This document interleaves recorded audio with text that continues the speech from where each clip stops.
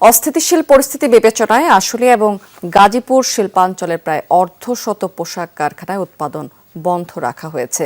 বিভিন্ন দাবিতে বিক্ষোভ করছেন সেখানে কয়েকটি কারখানার শ্রমিকেরা। আশুলিয়ায় হামিম গ্রুপের 6টি কারখানা অনির্দিষ্টকালের জন্য বন্ধ ঘোষণা করা হয়েছে।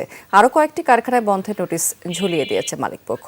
কর্মকর্তারা জানিয়েছেন, শ্রমিকদের যৌক্তিক দাবিগুলো মেনে নেওয়া হলে বেআইনি ধর্মঘট থেকে সরে না আসায় প্রতিষ্ঠানগুলো অনির্দিষ্টকালের জন্য বন্ধ ঘোষণা করা হয়েছে। এদিকে সকালে কয়েকটি কারখানার শ্রমিকরা উপস্থিত হলেও কাজে যোগ না দিয়ে বেরিয়ে যান। শিল্পাঞ্চলের নিরাপত্তায় মোতায়েন রয়েছে সেখানে পুলিশ, র্যাব, বিজিবি সহ সেনাবাহিনী। শ্রমিক আন্দোলনের জের ধরেই গাজীপুরে 22টি পোশাক কারখানায় উৎপাদন বন্ধ। মাসের 10 তারিখের মধ্যে বেতন দেয়া, হাজিরা, বোনাস বৃদ্ধি সহ বিভিন্ন দাবিতে মঙ্গলবার দিনভর বিক্ষোভ করেন কয়েকটি প্রতিষ্ঠানের শ্রমিকেরা। সহিংসতা এড়াতে 25টি কারখানা ছুটি ঘোষণা করা হয়। এর মধ্যে আজ সকালে 3টি কারখানা চালু হয়েছে। এদিকে চন্দ্রা নবীনগর মহাসড়কে অবস্থান নিয়ে বিক্ষোভ করছেন সেখানে বেক্সিমকোর শ্রমিকেরা। এতে দেখা দিয়েছে যানজট।